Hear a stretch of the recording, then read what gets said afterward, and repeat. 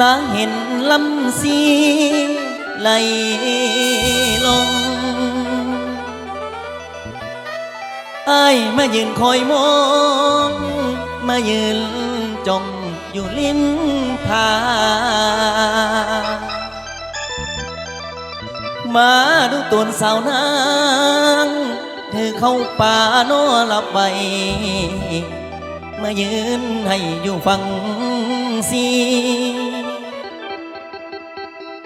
ละอายคนจนผู้นี้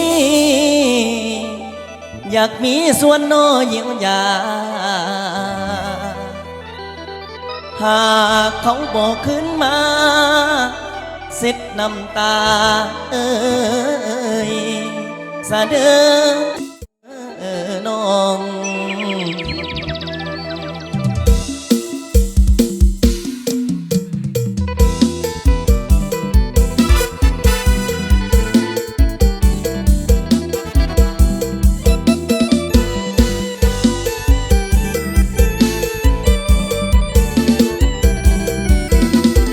มองเห็นน้ำสีพี่เคยมีความหลัง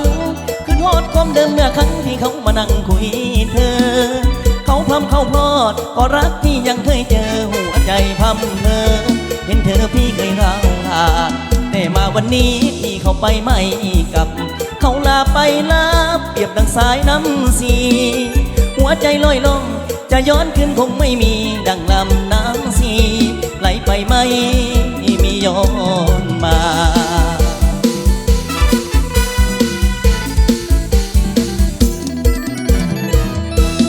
เศร้า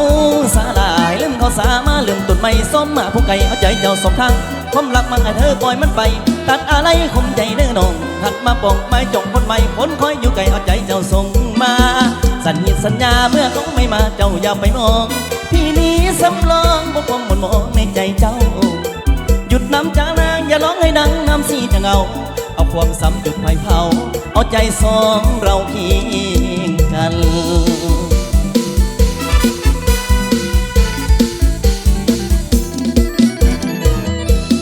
เขาคนนั้นเคยนอนหลับฝันมันสิ้นน้ำตื่นเขาคนนั้นเคยนอนหลับฝันมันสิ้นน้ำจืดน้ำขึ้นละมือเขาก็ลำลาหันมาอย่าร้องไห้สู่ความรักใหม่อย่าอะไรละห่วงใจพี่คอยเป็นห่วงเฝ้าคอยเฝ้าห่วงสาวลำน้ำสีน้ำสีบ่ไหลกลับ